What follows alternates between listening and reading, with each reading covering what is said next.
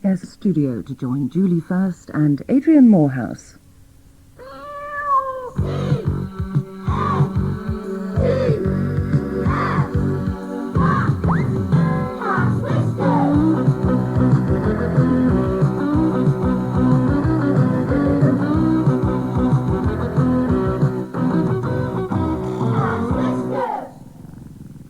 Hello, and thank you for all your letters to Cat's Whiskers. We've got a pile of replies to the Kitty Purwell mystery. We'll be choosing 3 winners later on in the programme. But have pen and paper ready because there'll be another mystery to solve tonight. Our birthday guests are Cosgrove Hall, the creators of Count Duckula and this well-known mouse.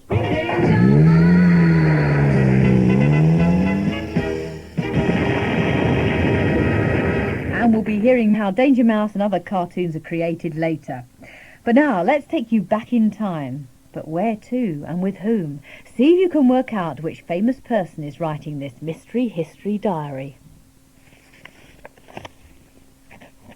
Autumn 1605.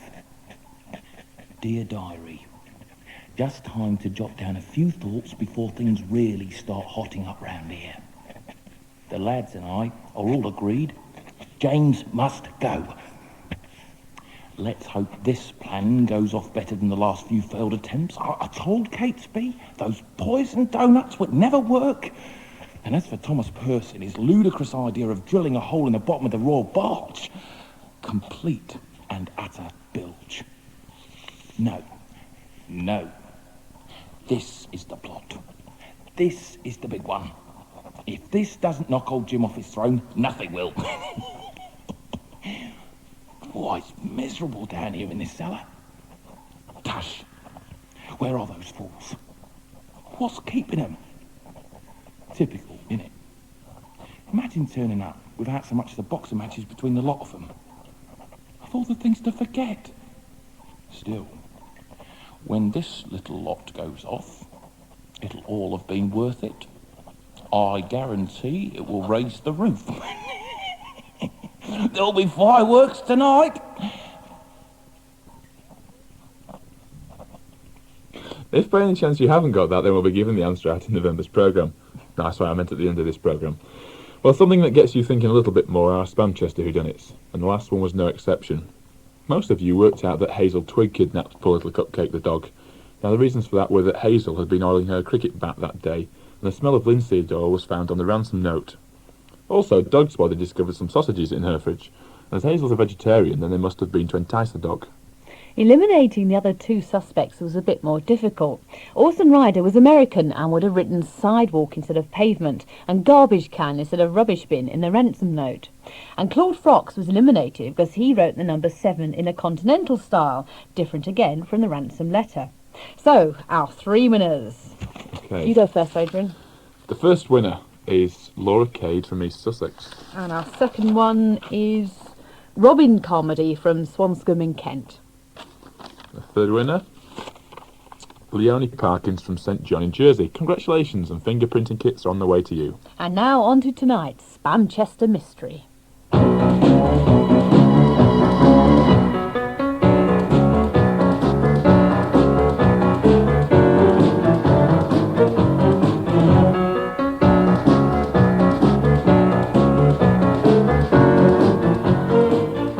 The name's Purwell, Kitty Purwell, private eye, ace detective and super sleuth for the city of Spamchester. Stamp collecting, or as it's also known, philately, can be a most fascinating hobby. It can also be a most lucrative one when the stamps in question are worth thousands of pounds. And it's stamp collecting that features in tonight's little mystery. To be frank, it's a case that's almost had us licked. It was Wednesday afternoon when Dogsbody and I arrived at the luxurious mansion of millionaire Midas Welby.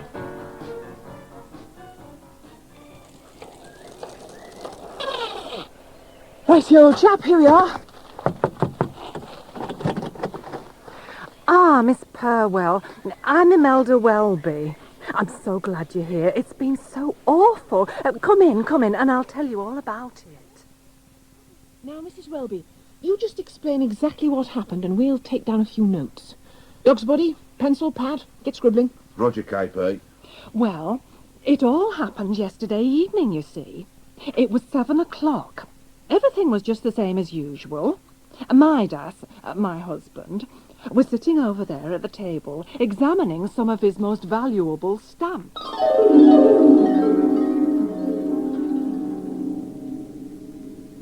Look at these, Imelda. Magnificent. The pride of my collection. The Muckrovian penny red and the penny green. Oh, what a couple of beauties. Oh. Yes, they're lovely, darling. You showed them to me last night. And the night before that. And the night Oh, before... I'm sorry, darling. I just can't stop thinking what a lucky fellow I am. Cook's left some coffee brewing in the kitchen, darling. Would you like a cup? No. I'll get it. Need to stretch me old legs. Can I fetch you one, dear? No, thank you, dear. I'm just popping into the other room to phone Maud. So while Midas went for his coffee, I went next door for a good old chinwag with my sister. I was on the phone for about 15 minutes, I suppose. And then I came back in here. Well, I knew at once that something was wrong.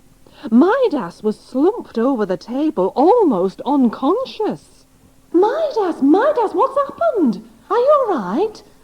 Oh, for goodness sake, say something. Anything. The coffee. Stolen. It was my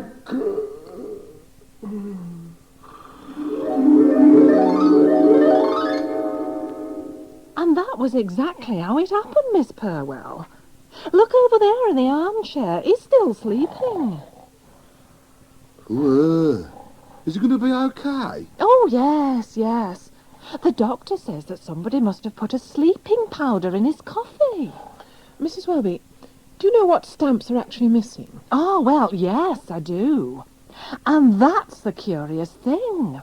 You see, the Muckrovian green was the only stamp that was stolen. It's worth £500. Wow! What's curious about that? The Muckrovian red, which the thief left behind, is worth £500,000. Double wow! Most peculiar. And you say the last words your husband uttered were, "It was Mike." That's right. So before he dropped off to sleep, Mr. Welby must have seen the thief at work. I think we'd better question everyone in the house, Mrs. Welby. Take down the names, Dogsbody. Rightio, KP. Far away. Well, there's old Mulch, the gardener. Mulch, the gardener. There's Mrs. Mycroft, the cook. Mrs. Mycroft, the cook. Oh, and Midas's cousin, young Algy Squiff. He's staying with us for a few days. Algy Squiff. Got him, KP. Good. We'll start with Mr. Mulch, the gardener. There he is, Dogsbody. Mr. Mulch! Mr. Mulch! Who are? My name's Kitty Purwell. I've been called in to sort out the funny goings-on here last night. Who are? Funny goings-on, you say? Well, there's always funny goings-on here, young missy. What do you mean by that, Mr. Mulch? Oh, what do I mean, young fella? Well, it's them Welbys, ain't it? Funny family. Barking mad, the whole lot of 'em, if you wants my opinion. There's him with his nose stuck in his stamp album all day. There's her not letting me in the house 'cause of her hay fever. She reckons she can always tell if I've been inside 'cause her nose starts twitching. And as for that crackpot cousin of theirs, well, he comes along yesterday as I'm watering me tulips, and he says in that lardy-dar voice of his, "I say, Mulch, what absolutely lovely green flowers." What's wrong with that, Mr. Mulch? They were red tulips, young fella, that's what. Barking mad, that's what I says. Well, thank you very much, Mr. Mulch. Very illuminating. Well, if you ma finish with me, I gotta put some manure on me rhubarb. We have custard on ours. Just one more little thing, Mr. Mulch. Huh? I hope you don't mind my asking. Oh, no. But what is your first name? My first name, miss? Why, I'd be called Michael. Now, Mrs. Mycroft, was it or was it not you who made the coffee last night? Well, of course I made the coffee, Ducks. I always make the coffee, but I don't know nothing about the sleeping powder lark. Mrs. Mycroft, that's a very pretty hat you're wearing. Thank you kindly, miss. And I deduce from the label that you've forgotten to remove that it's also a very pretty new hat. It is new, yes. I just got it this morning. And may I be so bold as to ask you how much it cost, Mrs. Mycroft? Well, now, it's Well, it was £200. Curtly. That's a lot of money to be splashing out on a hat. Well, it is. Yes, I do admit that. But last night I had a bit of good fortune. You see, I left here at 7 and I went off to town like I always do of a Tuesday night to go and play bingo. Well, it must have been my lucky night. I won the jackpot. £500. I'm rich, I am. I'm rich, I'm rich. Just his Salgy Squiff character to see now, KP. Mrs. Welby said he'd gone for a spin in his new sports car. Wait a mo. I think that must be him coming along now. Hey, look out! Oh, Kitty! It's trashed our tandem! Oh, you! What do you think you're flying at? I say, I suppose that rusty old heap of junk belongs to you then, you grotty little man. Here, steady on. Fancy leaving that bashed-up old bicycle lying in the middle of the drive. It weren't bashed up before you drove your fancy new car over it, Buster. Yeah, you must be Algy Squiff. Yeah, that's me. What do you want? We're investigating the disappearance of Mr. Welby's valuable stamp. Oh, don't talk to me about Cousin Midas's mouldy old stamps. Boring! I don't know what he sees in all that rubbish myself. And do you have any hobbies, Mr. Squiff? Yes, I do, as it happens. Spending money. Now, if you'll just excuse me, I'm off to town to treat myself to another new car. Thanks to you two, this one's got a nasty bash on the bonnet. Toodaloo. Here you. Hang on. Oh, flipping cheek. Fret not, Dogsbody, old chum. That's another one in the bag. What? You don't mean you can't have cracked it already, KP? A mere trifle, my old jellybean. God. Yeah, if I said it once, I said it 1,000 times. You're wicked, you are, KP. Really wicked.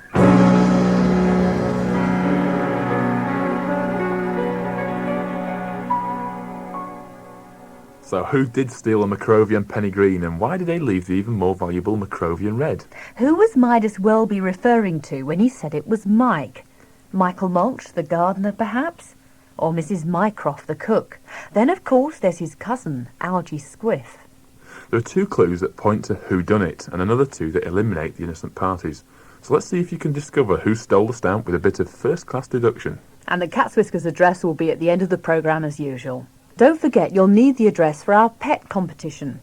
Write and tell us why you chose your pet's name, and draw us a picture too. Now, can you imagine your pet as a cartoon character, like Danger Mouse or Duckula? This week's birthday guest is one of their creators, Mark Hall, who started the film company Cosgrove Hall with his partner Brian Cosgrove 13 years ago this week. I asked Mark how he set up the studios.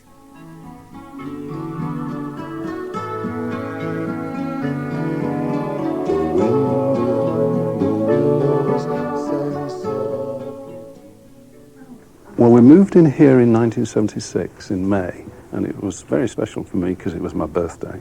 I'm not telling you how old I am, but we moved into a very small part of what is now a large studio complex. It was just a house, a garage, and an old tobacco warehouse that we converted into our first small studios. And incidentally, we were on the air that same year with our first series, Chorlton and the Wheelers. He was a happiness dragon.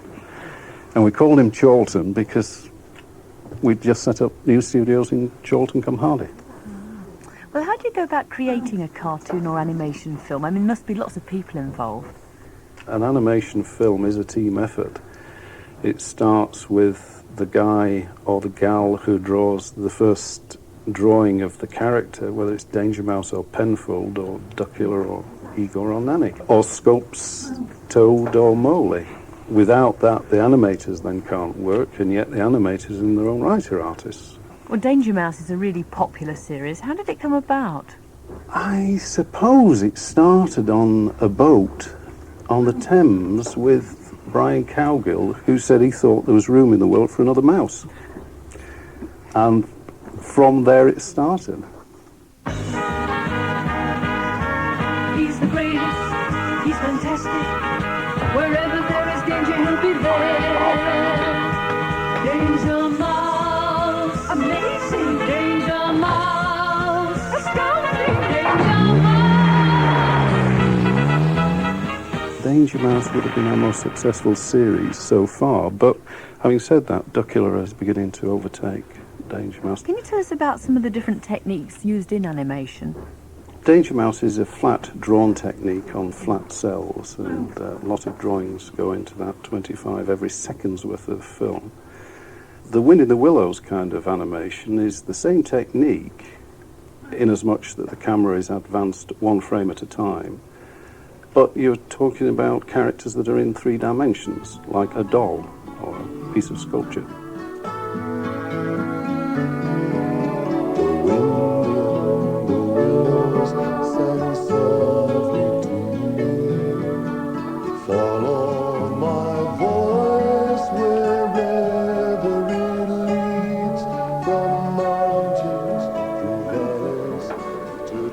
Lovely, that music. How long do you reckon it actually takes to make a cartoon? It sounds very complicated. Well, The Wind in the Willows is 20 minutes, and they take about 8 working weeks in the studio per programme. A drawn animated one is about 6 weeks, but that's only one part of it. If you then put on the recording time, the scripting time, dubbing time, getting together all the soundtracks, etc., I think you'd be talking about something like 14 to 15 weeks per film. So roughly how many drawings, or what was it, cells you called them, does it take to make a film? We just finished a feature film of The Big Friendly Giant, the BFG by Roald Dahl. Now, there's a lot more animation would go into that, and drawing would go into that, than, say, into a Duckula or a Danger Mouse. When you're costing out for a series, you have to level off at about between 7,000 and 8,000 cells per programme. Why did you actually choose the BFG, or Big Friendly Giant, by Roald Dahl? It was about the best book I'd ever read for kids. It leapt out from all the other books. I mean, we read probably about 6 books a week, and this one just happened to land on my desk. I read it, and I thought it was absolutely terrific. Can I ask you whose voice you use for the BFG? Yes, you can. Our Danger Mouse, our Duckula, and now our BFG, David Jason, yes. So what comes first then, the voice or the drawings? We script first, record, and then the animation done to the recording. Having said that, in the early stages, the characters are drawn so that the person who's doing the voice has a feeling for the character they're performing. The performance has got to be a radio play. What about sort of letters and ideas from children? Do you get very many of them, and do you actually take any notice of them? Yes. I mean, that's why Duckula arrived, because Duckula was a minor character in Danger Mouse. But the kids were saying, are we going to see any more Duckula? And you think, well, yeah, why not? And Duckula stemmed from that, and we developed him. Castle Duckula, home for many centuries to a dreadful dynasty of vicious vampire ducks, the Counts of Duckula. Legend has it that these foul beings can be destroyed by a sting through the heart or exposure to sunlight. This does not suffice, however, for they may be brought back to life by means of a secret rite that can be performed once a century when the moon is in the swing blood. I'll get it! The latest reincarnation did not run according to plan.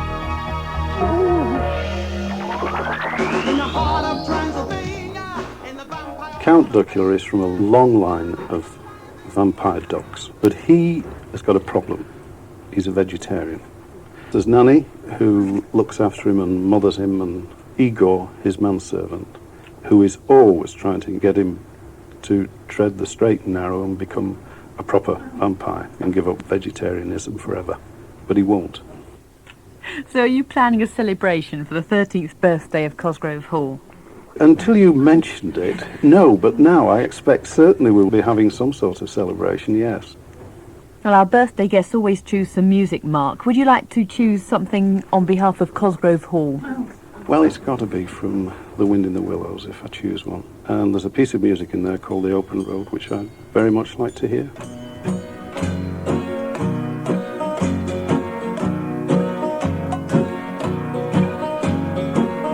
It's a life of ease on the open road.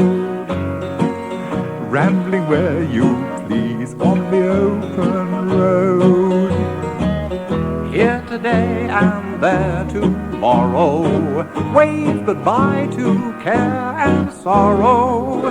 You can beg or steal or borrow on the open road. Happy birthday to these club members who have a birthday this week. Samantha Porter, Joanne Sandercombe, Amelia Jackson, Megan Argo and Richard Everett. Jennifer Lomax, Nicola Davis, Emma Brooks, Jenny Harper and Billy Guscott. Happy birthday also Tom Shepherd, Thomas Flower, Francesca Oliveri, Eleanor Dickinson and Jessica Betts. And it's happy birthday to Amanda Wooden, Helen Roberts, Sarah Blinkhorn, Edwin Mayhew and Amy Smith. Also Peter Roberts, Elizabeth Drew, Simon West, Peter Marshall and Timothy Froggatt. And lastly to Luke Giddings, Christopher Schofield, James Langford, Francis Simon and Rebecca Woodruff. Happy birthday to everyone celebrating this week. On the open road. Right, Adrian, I reckon we can catch you out with a brain teaser again tonight. Here's Hadley Kirby from Ely on the phone. Hi Hadley. Hi. So can you read out your brain teaser for me? Yeah. There's a diesel train going from north to south, and the wind is blowing from east to west. Which way would the smoke be going? 5 seconds is never long enough, is it? Right, I think I've got it. I think there's no smoke from a diesel train. Yes, you're right. I had to get one right, I think. Yeah. That was good. Thank you for that. Okay. All right, thanks a lot, Hadley. Yeah, bye. Bye. Oh, well done, Hadley. We'll be sending you that pen very soon. Now onto our serial. Episode 3 of The House of Arden, Smugglers and Shipwrecks.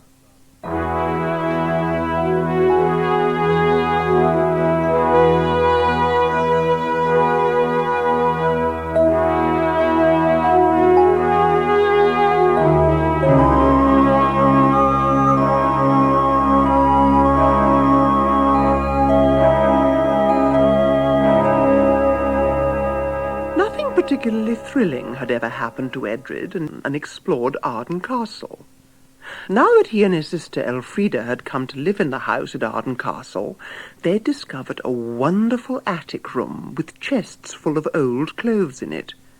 When they put them on, Edred and Elfrida had managed somehow to go back more than 100 years. Elf, that newspaper, it's dated 1807. Well, it was you who told the Mouldiwarp you wanted to go back into history to find the Arden treasure. It's not just my Silence, you two. If you have finished memorising your verses, you may take my letter to the post. Go on, away with you, as your grandmother asks. Yes, Grandfather. Come on, Edred.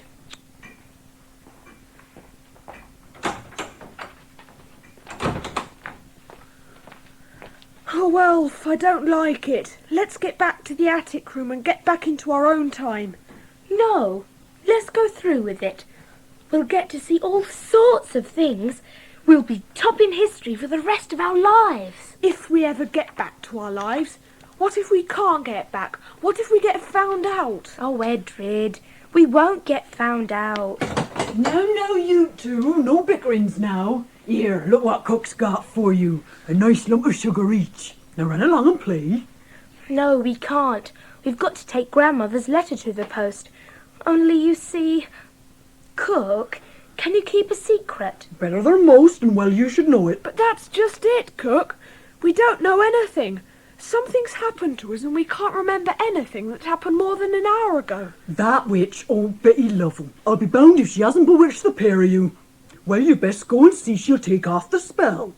You best take her something. Here, take these lumps of sugar for her. Sugar? Is that enough? Happen you've forgotten the price of sugar since there's been the war. War? What war? Why, the French war, of course. You haven't forgotten we're at war with old Bonaparte. Then Cook told them how to find Betty Lovell's tumble-down cottage. Edred, look. I can see her through the doorway. Well, I'm not going in. We know she hasn't put a spell on us, but if we go in, she just might. But what about the sugar we brought? You just give it to her and come away. I'll wait for you by the stile down there. But Edred... What you want, girl? I've brought you some sugar. What for? I've not done you no harm. No, I know. It's just a love gift.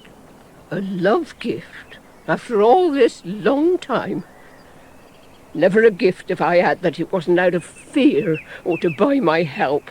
And because you brought a gift, my blessing shall be with you.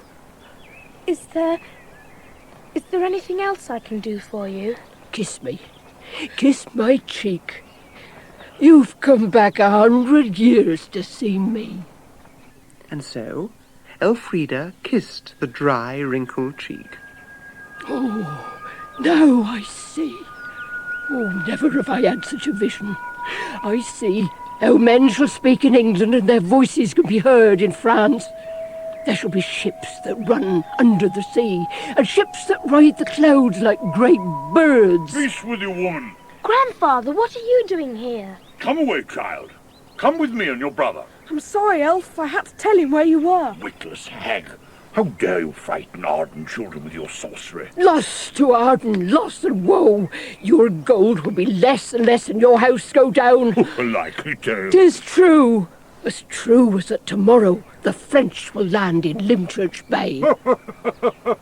Never have I heard such nonsense. But that evening at Arden Castle, Lord Arden sat very quiet and thoughtful at dinner. And Lady Arden didn't laugh when her husband told her of the witch's warning. It may be, my husband, that she's trying to warn you, in return perhaps for the sugar the child took her. Well, whether or no, to be safe, every man in the village shall be armed, just in case the old witch's warning really could come true. 'Tis Hobson from the village. Open the window, Elfrida. My lord! My lord! The French are coming! Who told you this? The whole village says so, my lord. They told me to come and tell you and ask, what is it we should do? Edred and Elfrida wished they could remember more from their history books. Did Napoleon land in England? There was something. They knew about a French invasion, but where or when it took place they couldn't remember. Their grandfather began to issue orders. All houses were to be boarded up, hatchets and scythes were to be sharpened, and bundles of brushwood were to be piled high on top of the cliffs, ready to light bonfires at the moment it became certain that the French were coming. But Edred and Elfrida noticed that one bonfire was being built below the cliffs. Excuse me? Hello? Ah, 'tis the young gentleman and the little lady. We were just wondering, why are you building a bonfire here? You be a little wag, right enough, but you never gave us away before, did you? And we know you won't give us away now. Edred and Elfrida, of course, had no idea of what had gone before, or how they'd won the confidence of this swaggering smuggler. For a smuggler he most certainly was, as they could see when he invited them down into his real smuggler's cave. Do you think the French will land in the bay tomorrow? Well, as you two can keep a secret, the French won't land. It's ours what'll land, and we'll land here, not in the bay.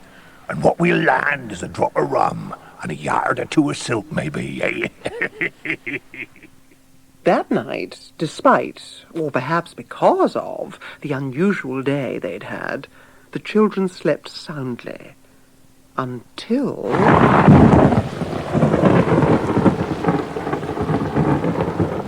"'Tis a French ship, all right. The French will land today, but they'll land as dead men. Poor devils." Having rushed from their beds to join the crowd on the cliffs, neither child could now stand to watch the ship smash against the rocks. Elfrida, the wind whipping away her tears, cried into the storm. Oh, Mouldy-Warp, do come to me. We cannot bear it. Do you see? There he is. Oh, Mouldy-Warp, what are we to do? Go home! Go home! Go home! Go home! Go home! Go home! Go home to the castle! Go back! Close the door! Come on, Edred. There's nothing we can do.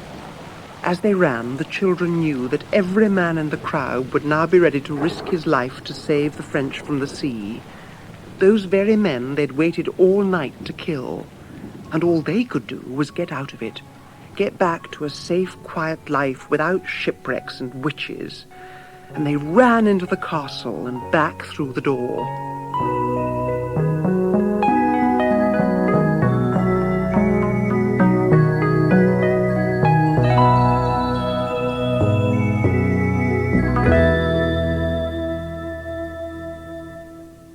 Hopefully that door will take the children back to their own time.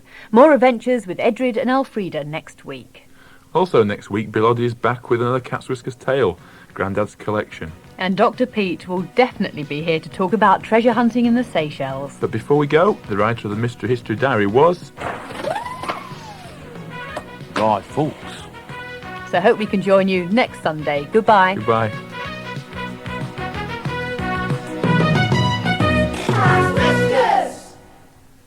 The address for your whodunits, pet name competition entries and club membership details is Cat's Whiskers, BBC, P.O. Box 40, Manchester M60 1FR. That's Cat's Whiskers, BBC, P.O. Box 40, Manchester M60 1FR. Cat's Whiskers was presented by Julie First and Adrian Moorhouse. The researcher was Liz Roberts, and the programme was produced in Manchester by Mary KALEMKERIAN.